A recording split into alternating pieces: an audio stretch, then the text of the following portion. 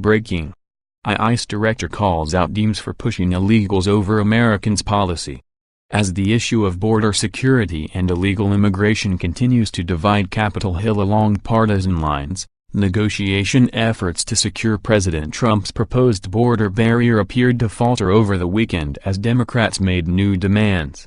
Democrats, who have vehemently opposed the president's policies towards illegal immigration and his efforts to bolster security at the southern border, turned their focus towards ICE, demanding a cap to the number of detainees the agency can hold. In response, Deputy Director Matthew Albence and others fired back at Democrats.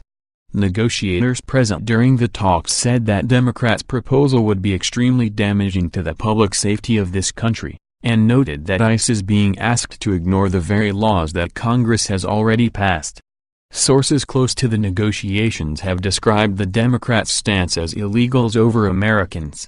One Democrat, Alexandria Ocasio-Cortez, has called for all Latinos, including illegals, to be exempt from U.S. immigration law.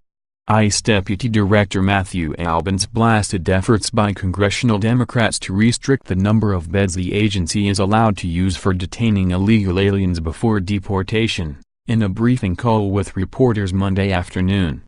Albence's warning comes as border wall negotiations on Capitol Hill crumbled over the weekend on the matter of ICE detention bed funding.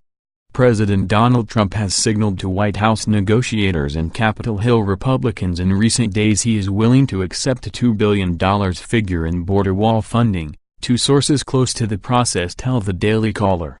Democrats, however, have made any acceptance of this figure contingent on an agreement to limit funding for ICE detention beds.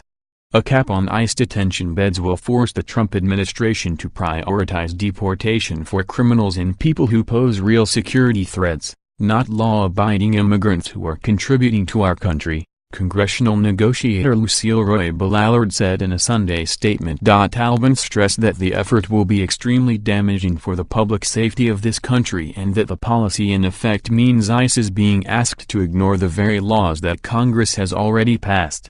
An administration source involved in the negotiations process expressed outrage at the demand to the Caller earlier Monday, noting that the Democratic lawmakers are essentially risking another government shutdown or a national emergency declaration to secure status for people in the country illegally. Illegals over Americans, the source said to the Caller.